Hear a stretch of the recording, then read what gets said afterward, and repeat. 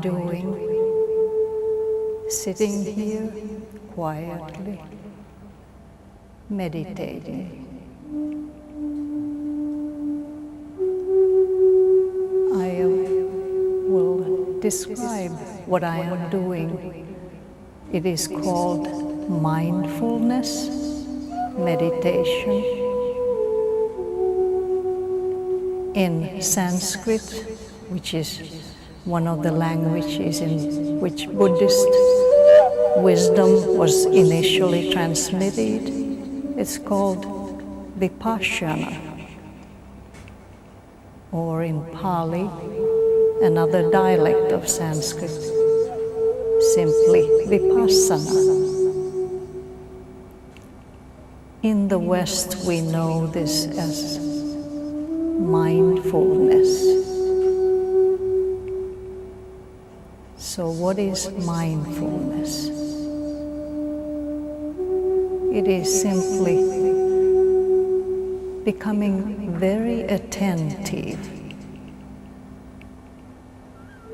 without thinking, without imagining. All that mental activity is set aside.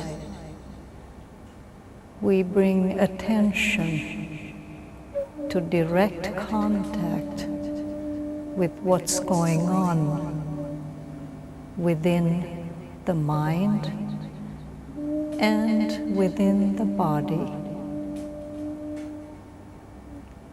And we make this contact without reacting, with an attitude of openness, non-reactive attentiveness.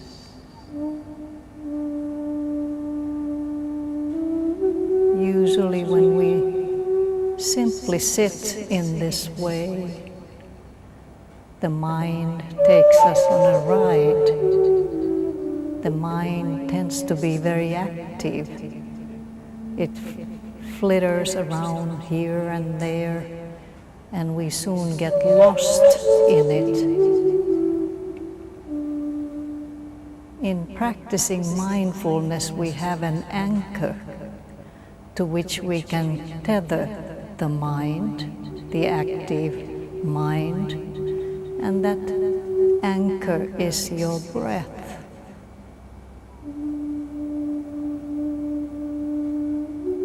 Notice how when you breathe in, you can feel sensations that happen in the chest and in the abdominal region as your lungs expand.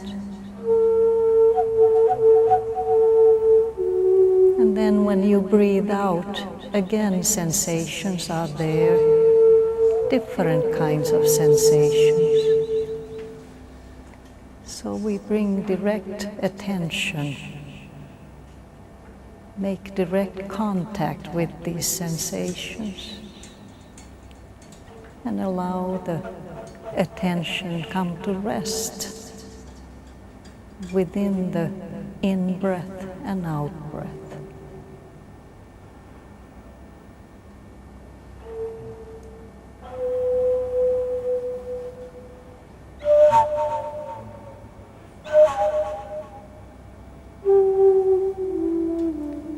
Soon enough, you find yourself once again lost in some story, some question, some problem solving, some activity in the mind.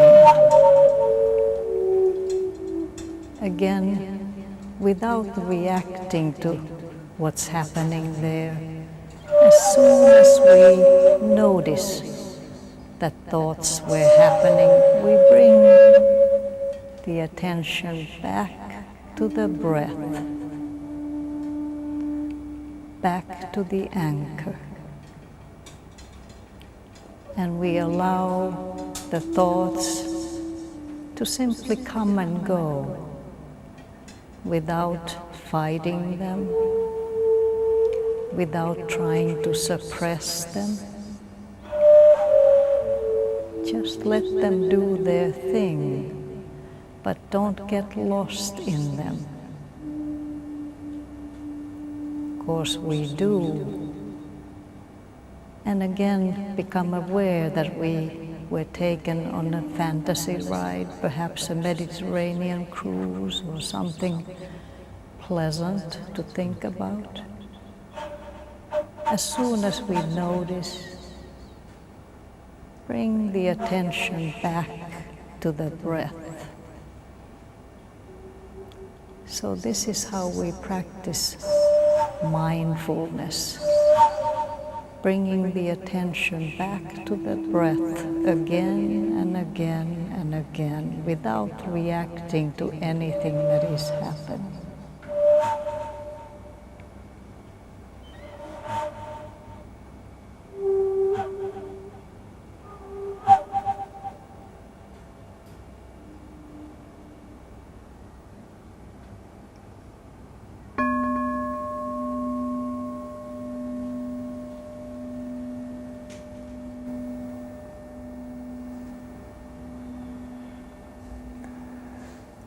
Thank you, Professor Kaisa Puhakka, for being here. It is an honor to begin a program like this, in this mood. I'm grateful to Aletheia Association, to George Petre, and to Pachamama, Romania. And thank you, Professor Georgescu, for inviting me here. I am very happy to be here talking with you today. And we are deeply honored that you accept the conference tonight in Spirit University on a very particular and integrative issue and theme, bringing together the opposites, in a way the opposites, East and West. Yes. Yes.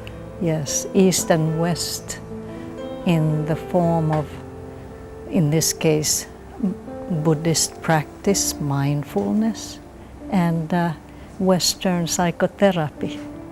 Western psychotherapy, because you are a psychoanalytically oriented psychotherapist. That's right, Yes.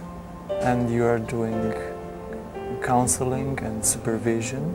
Yes, I do psychotherapy, counseling, and also supervise young therapists who are still learning, and I enjoy that work very much. Yes, and your field of interests are very extended. You studied Hindu and Buddhist thought and comparative thought. Yes, yes. Experimental psychology, and after that clinical psychology, becoming clinical psychology, and you're teaching to the California University of Integral Studies, the old California Institute of Integral Studies. That's right, that's correct. Yes. What a journey, what a journey.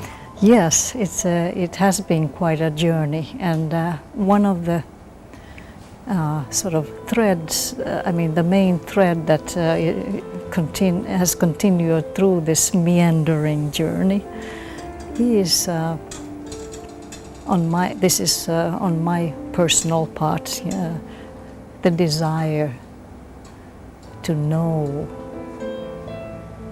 reality, God, whatever you call it, directly, not through stories that priests or ministers tell us, not through stories that are written in the holy books even, but to really know in my bones, in my heart.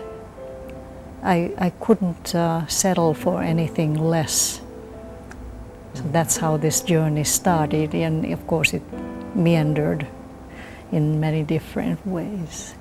In many different ways, you practice and you try different tools of exploring the inner space. Yes, yes.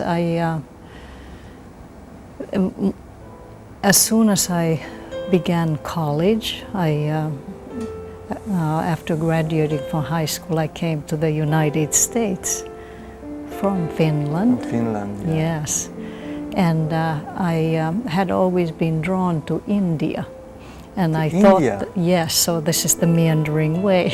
I thought that going through college and learning to use the English language is sort of like a stop in the way that will take me then to India, because there was this program, the Peace Corps that I had heard about. And Peace Corps? Yes, wow. In America. And I thought, okay, maybe I can join the Peace Corps and go to India. It so happened that I ran into a professor from India, and he became my mentor. And what I learned from him, when I put to him all kinds of profound questions, that okay, what is this all about? What is this all about, Professor Puhakka? Yes. Yes, and so he told me that you cannot find an answer to that question by the same means that we find answers to all kinds of problems that we have, and by the same logic by which we create civilization, technology, science. That doesn't work in answering those profound questions.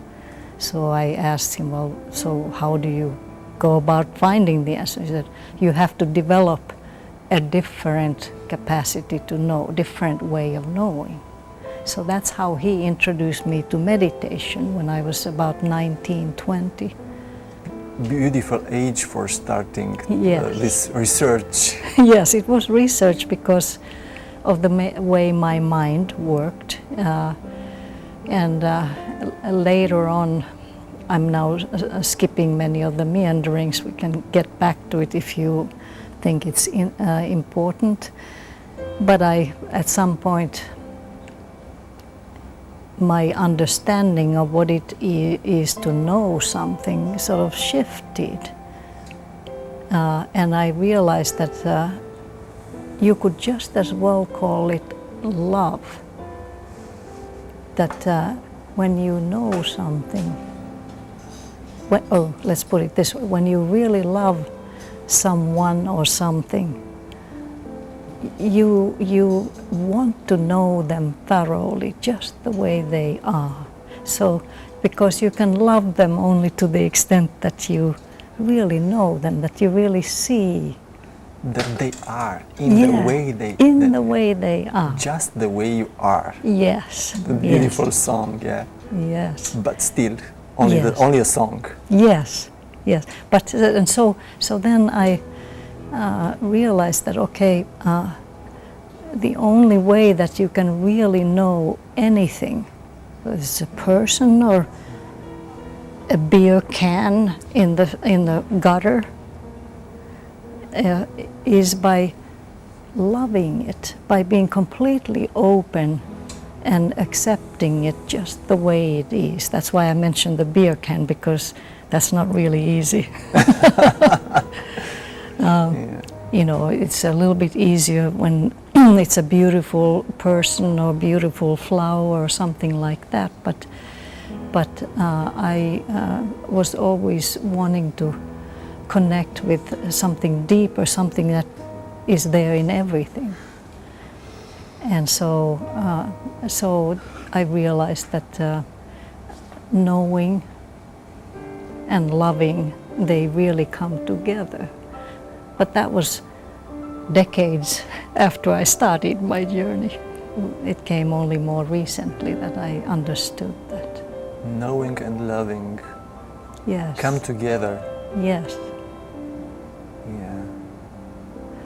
You know, it's funny, but in the Bible they talk about carnal knowledge.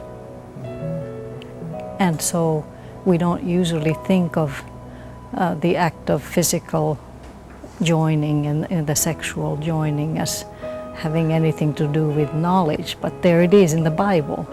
Yeah, yes. Yes. Yes. So you start your journey in India, the inner journey. Yes. In order to know the reality in a direct way. Yes. And in the western part of the world, the Western way of knowing the truth, the truth is in the indirect way, in the mediate way.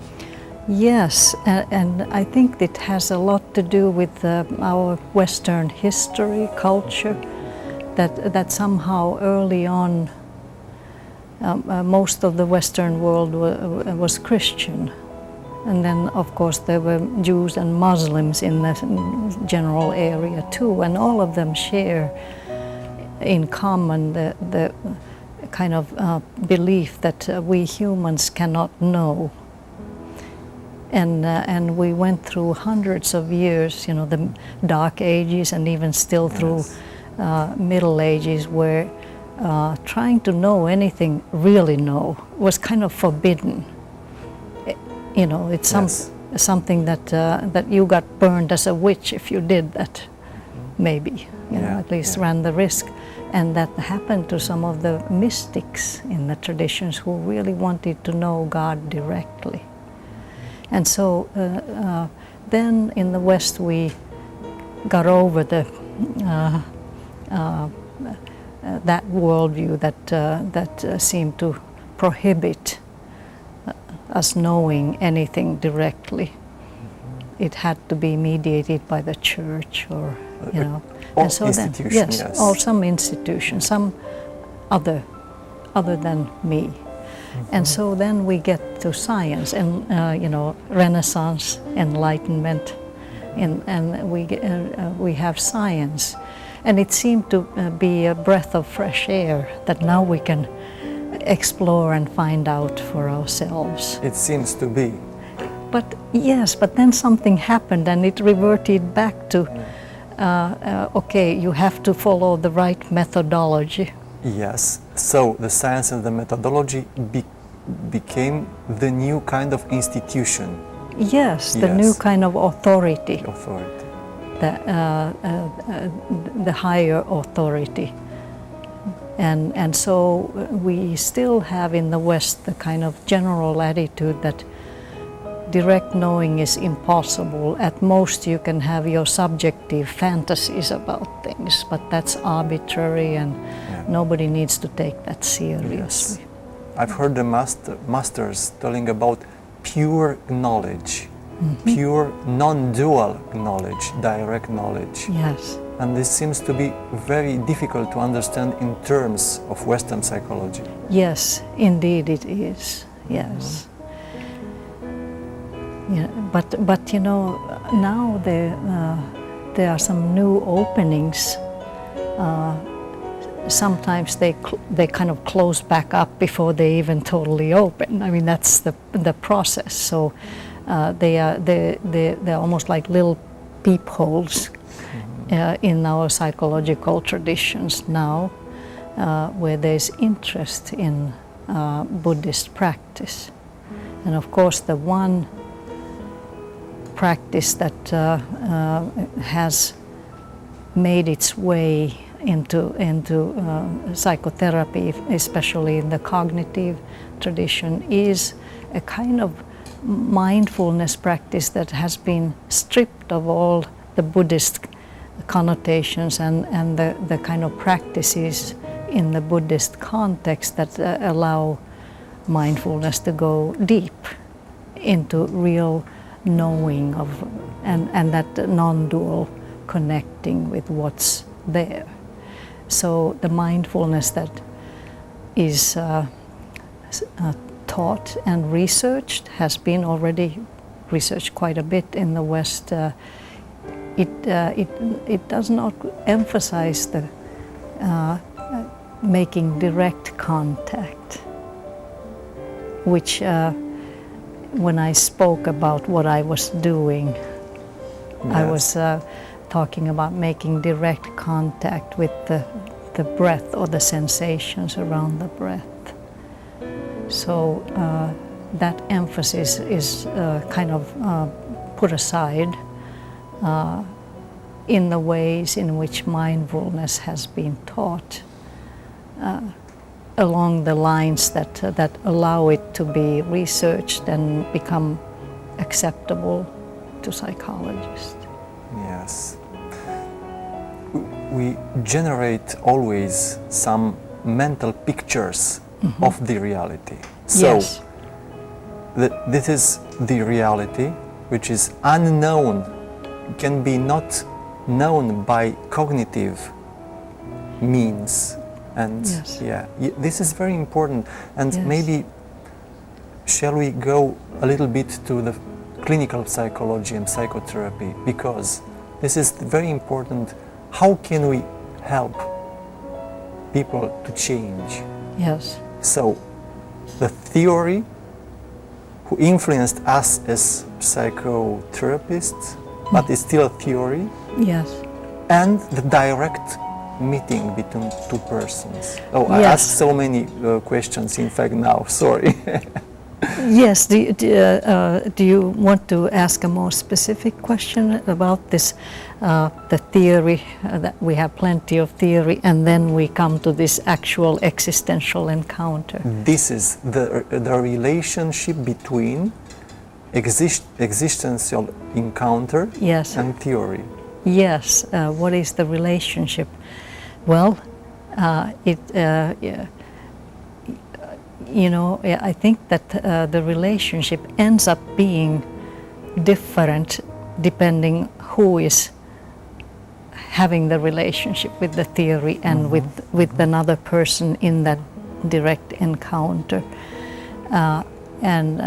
Because I supervise new therapists who are still learning, and I also end up teaching some theory course, yes. My favorite theory course is psychoanalytic and relational psychoanalysis. Relational psychoanalysis, yes. And so, so the students are often asking that question. Okay, so what do I do with the theory when I sit down with the patient? Or yes. And for example, the patient gets angry. Yes. Gets angry. Yeah. So so patient gets angry. Do I reach for the theory bag for something to protect me, maybe? Yes, to protect yes. me. Yeah. And so usually, my general sort of instruction or encouragement for the student therapist is that, okay, when you enter into the room, leave the theory at the doorstep. You know, don't worry about it. You are here now meeting another person. And let's say this person is angry. So how do you sit with this anger? Can can you tolerate being in its presence, or do you have to do something to make it go away? Yes. Yes. Can you sit in this existential environment? Yes. Or you need to escape? Yes, and so what makes it very challenging for a person to sit, and of course you gave me the most challenging example of someone who is angry, but even like the patient being angry, but even if before we get to that, but just sitting with another person and really leaving the theory aside. So then you are sitting in a kind of, I don't know anything, I know nothing kind of space. I'm just open, and I don't have any theory or any notions about what's going on as my kind of anchors. I'm open and vulnerable. No cognitive anchors in order to defend myself. Yes, no cognitive. But yes, an openness, an open space to try to touch the reality, the perceptive reality of the other. Yes, and so that in itself is to me is the biggest challenge in working as a psychotherapy. How much can we tolerate as a therapist not knowing? Because especially if we are new therapists, we tend to be a little bit nervous. Okay, well, what do I have to offer this patient? I really actually don't know anything, but aren't I supposed to know something? And so we come in with this kind of anxiety, and so I end up advising my students that, okay, you don't need to know anything. When you're sitting there, if you can just give your undivided attention that actually makes contact with the person, that is something that they probably are not getting anywhere else. It's in itself healing. Yes. And then when you leave the therapy room and you contemplate what was happening and all the complexities, then you go back to the theory also, that okay, so how does the theory help me understand all this material that I'm now reflecting on? Because sometimes we leave the session feeling that it didn't go well because I just somehow was reacting to something that the patient was doing, and I afterwards realized, I wasn't aware of reacting, but I ended up defending myself, even though I didn't want to defend myself. I wanted to touch them, but I realize now that actually I was trying to deflect their, let's say, anger or negative energy unconsciously. Yes. So then maybe I go to theory about what do they say about countertransference and transference.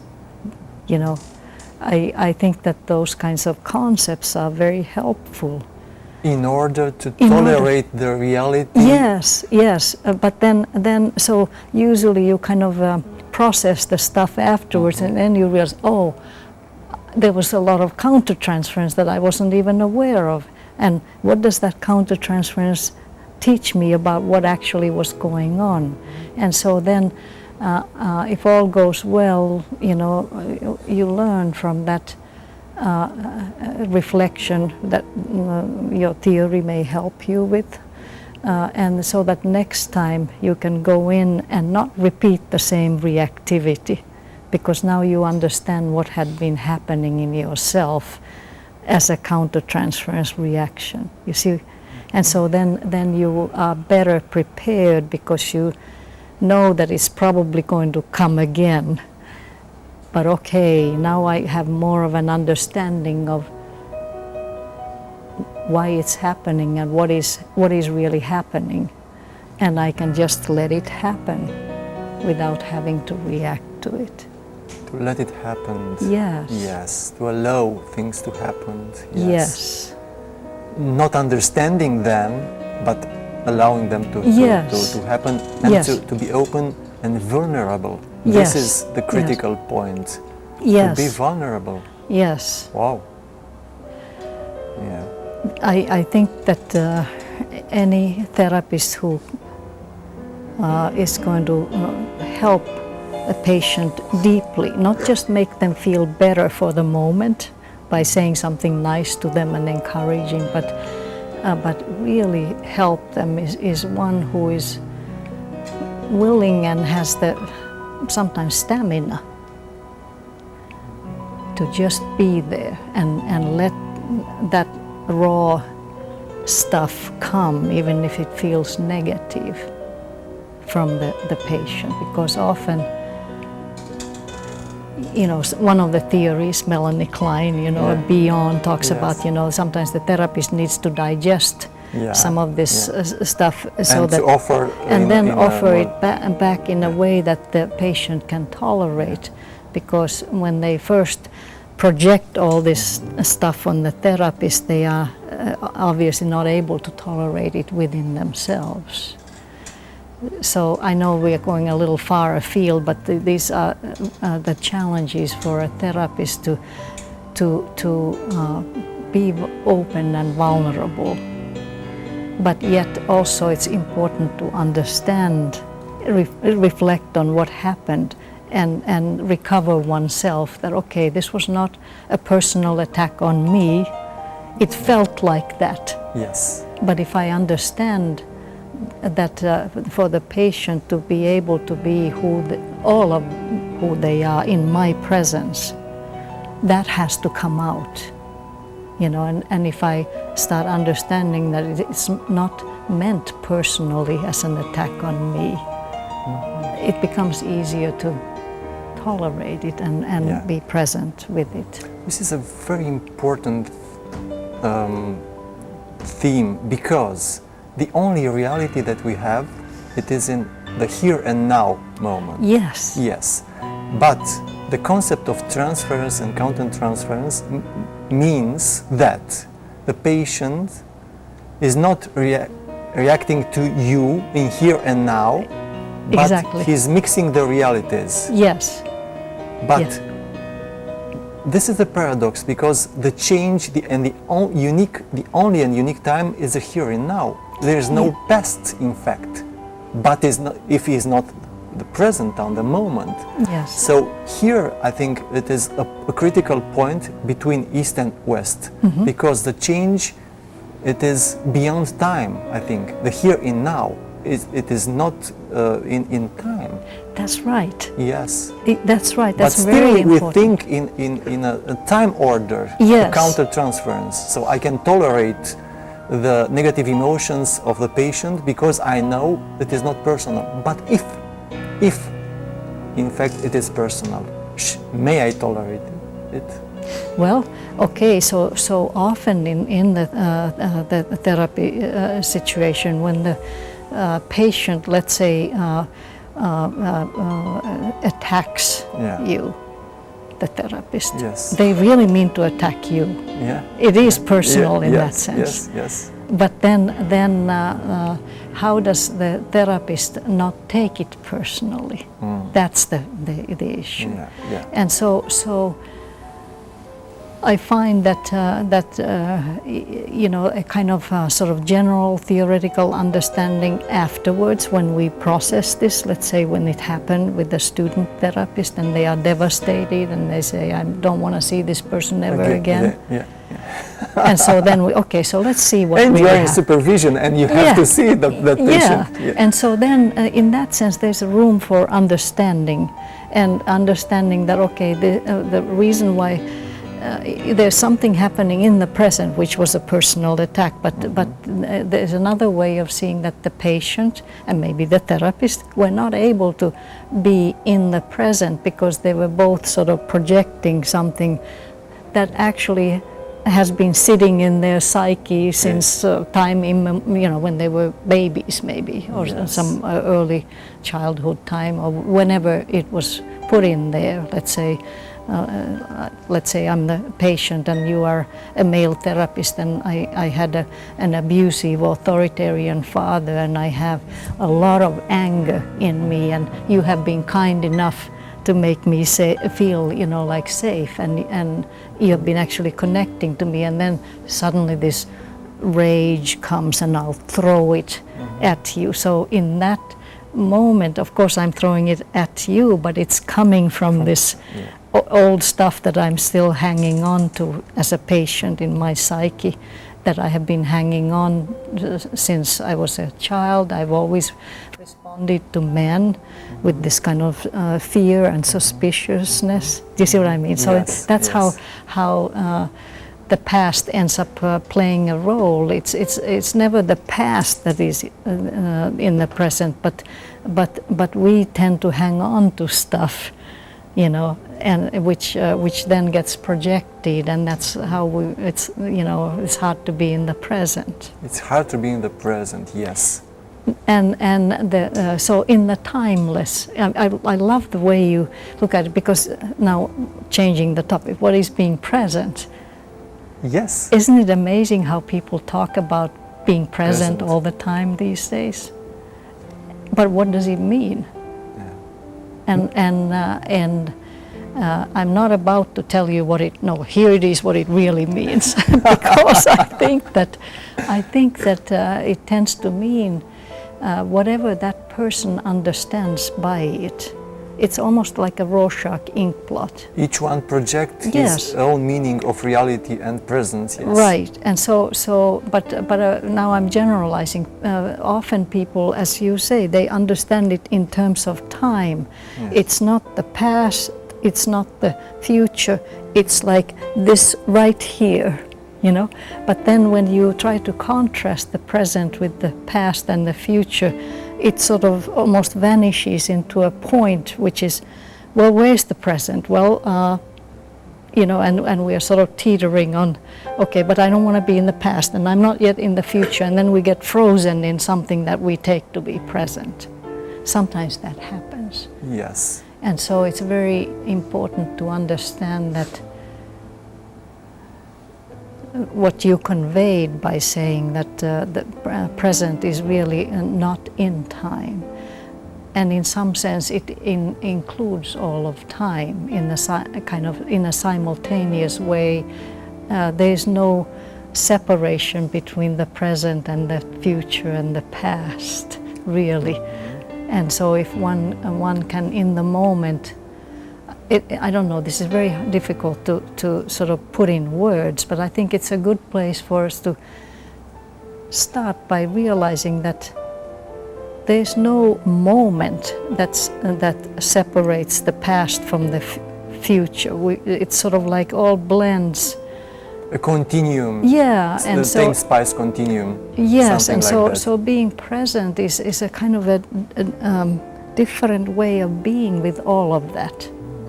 It's not like rejecting the past, it's not rejecting the future, but it's also not getting sort of like stuck in some kind of, okay, what's going to happen tomorrow? You know, the anxious kind of worry, or, well, you know, I had such a good life in the past, and now, you know, the kind of these memories that have to do with the past. Yes, it is very important, this domain that we are exploring now, because times means always memory. Yes. So beyond memory, what we are. So, you know, this brings me back to making direct contact. Direct contact, yes. It only happens in the present. But when we make direct contact, we are not aware of the past that we want to reject, and we are not aware of a future that we want to reject. Yes. We're not aware of a present that we want to be in either. We are not in a mental chart of our existence. Yes. We are in an existential deep emerge in a this, in a that, in a something that cannot be described. Yes. Yeah. So making contact, whether it's another person, and in psychotherapy it's the other person. It could be a bowl, it could be a glass, anything. It is what takes us out of the abstraction, where we are cut off. We are trapped, yes. Yes. Extraction, trapped in the yes. So I may have a little bit of a Zen bias in talking about it that way, you know, because there's a great deal of emphasis on making connection, making contact, direct contact without mediation of thoughts and images and ideas, but direct contact. So, the root of change in psychotherapy may be connected with this direct contact, or the roots of change, it's connected to the interpretation, to the words. So the words are important, or the existential contact, it's important. I think that in the total human situation, both may be there. But without the direct contact, nothing's no happened. change will happen. No change, yes. But why I would sort of want to say, okay, most of us are people dealing with the world, with the family, with the work situation, the nasty boss, the whatever, you know, and so it's and so in our minds we carry whatever the sort of reactions that we have to all these things in our lives, and so there is some room, I think, for this kind of reflective understanding that kind of integrates the understanding with actual contact. The actual contact is not itself integrated with anything; it's just contact. Contact. So we have to integrate it. Yes. Yes. In the second step. Yes. As a second step. Yes. If we lived up on the mountain in the cave, we might be able to just stay in this kind of endless direct contact. But I think the reality of most of our lives is that we are in and out of contact. At best, many people are never in contact with anything other than their mental images and concepts. Yes, this is a good cave for our big cities, yes. Yes. Our mental cave, mental prison, in fact. Yes. Mental prison, our big cities, and nothing touch anything. Yes. We are stuck. Yeah. We are stuck, and it's interesting you use the term city, because literally the urban environment, it's a projection of the human mind. It's like an exteriorization of the interiority of our minds. But then it again feeds back into we again interiorize what's there. You explore the echo psychology. Yes, this is connected with this field. Yes. Yes. And so that's how, unfortunately, the mental, furniture. It gets more and more cluttered, because it ends up being reinforced by the fact that we take in what we have originally put out there. So it keeps coming back and being reinforced. So just the same way as if we come back to a kind of psychoanalytically oriented therapy, there's an emphasis on the importance of the earliest months and years of one's life, and the relationships that one has with the usually mother, father, caretaker. Others who are significant, because the infant and the young child is so uncluttered yet, and so they are ready to take in If something comes in that is painful, that is hurtful, how do we react to it? You know, we sort of go like this. You know, even as adults, when somebody insults you, you kind of like, at least I do, kind of as though somebody hit me over the head with a baseball bat. But then in the next moment, I'll be circulating sort of images of what just happened, and so it's I'm talking about how trauma it gets internalized, that it actually too much. When it's too much and the baby cannot remain open, goes like this, becomes unconscious, then that whatever is traumatizing it's inserted into the unconscious. We talk about them as introjects in psychoanalysis. So I think the same process continues even in adulthood, especially in an urban environment, you know, where there's such here in Bucharest, it's still pretty benign compared to like New York City. Wow, Bucharest benign. What a positive perspective.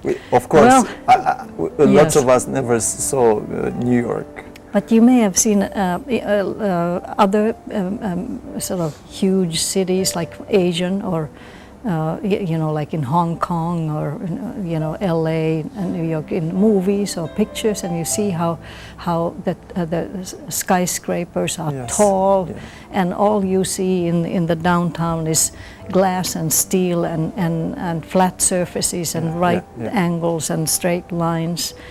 So here in Bucharest, there's still a little bit of like the old curved lines and buildings with feeling, you know.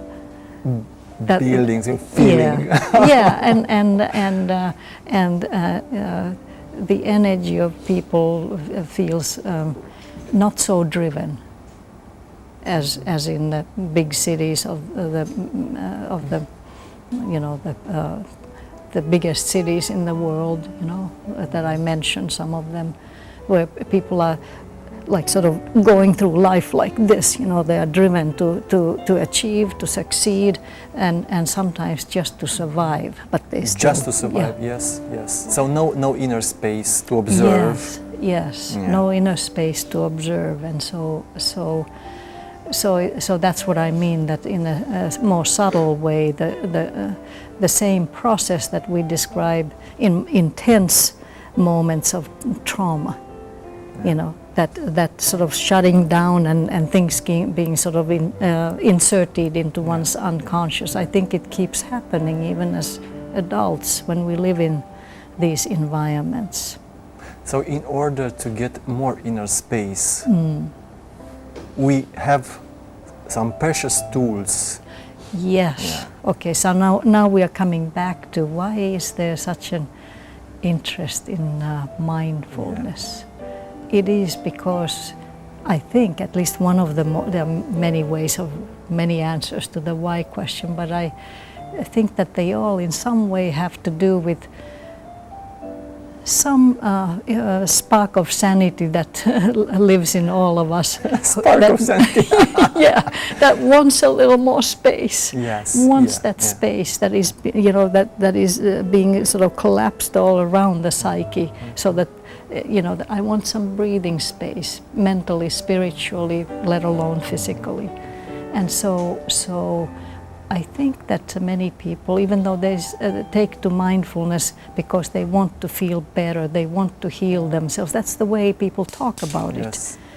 And so then the interesting question is, so why are people taking to mindfulness these days? How is it that it's becoming popular? You know, it's not only becoming very popular in the psychology circles, you know, including research. In the United States, it has become, if I can use this word, a sexy topic for researchers. Wow, by sexy which I mean, mindfulness topic. Can you imagine? So what I mean by this is that you are more likely to have your social science research project funded, let's say, by NIH, the National Institute of Health, or the funding agencies, if it has something to do with mindfulness. This is very good news, in fact. Yeah, so you see, definitely mindfulness has entered the mainstream in the United States, in the UK, and I don't know as much about the rest of Europe, and it seems to be new here in Romania. So there are positive studies about the effects of mindfulness over our psyche. Can you tell us a few words? Okay, so the mindfulness that is taught, I won't go into the details of that now, but it's simply instructing a patient who is, let's say, depressed or has chronic pain. Nowadays this has been tried on all kinds of forms of suffering, human emotional, psychological suffering, including addictions, including something that we diagnosed until recently as borderline personality, this kind of emotional dysregulation and impulsivity and disorganization in one's sense of being. So all of these people suffering from these conditions have been research subjects. Studies have been done, and usually they are given typically an 8-week sort of training course in mindfulness, and they are simply asked to watch their thoughts and come to this anchor, the breath. Sometimes they don't even mention the breath, but just watch your thoughts, and whatever happens, let it happen. Let it happen. Don't try to make it go away. Don't try to change it. Just accept it in a way. Accept it. Receive it. That's the kind of open, non-reactive stance. So often when people teach it to these patients, they say, so just accept everything just as it is in your mind. And so then people, let's say, who are in the grip of depression, so like lost in this, like I'm the worst person in the world, and if anybody thinks they love me, they must be an idiot, or that's depression, right? And then the feeling, the heaviness of it. So there's research that shows, I use this depression example, that okay, with this mindfulness training, people sooner or later, not everybody, but a good number, discover that these are just thoughts. It's not real. It's thoughts, just thoughts. Mental images. Yes, they start recognizing something that they took to be real. You know how we get into the dramas, internal dramas. So they have been lost in the internal drama, but suddenly they realize, oh, this is just an internal drama. These are just thoughts. There's nothing more to them. And so they get a sense of control.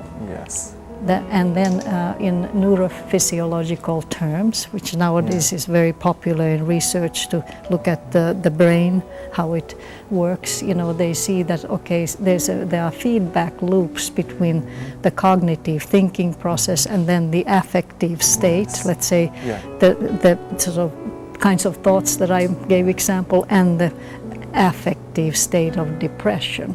Those thoughts feed into the depression, and the depression feeds into the thoughts, and it usually just cycle, goes. And so mindfulness meditation seems to cut that feedback loop, and suddenly it's not happening as much anymore. Professor Kaisa Puhakka, we are nearly to the end. Unfortunately, we only have 2.5 minutes. So thank you again for being here, for this wonderful presence and wonderful ideas about what we are. So if you accept to conclude our program, maybe with some sitting, silent sitting, to 1 or 2 minutes. Thank you so much for having. I so enjoyed the chance to talk about these things. They are very dear to my heart. And so thank you for the opportunity. Thank you again.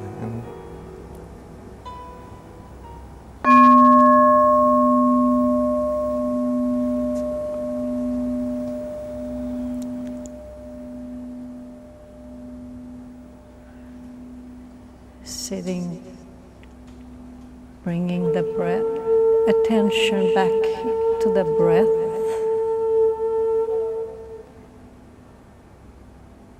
Noticing the thoughts that are coming and going.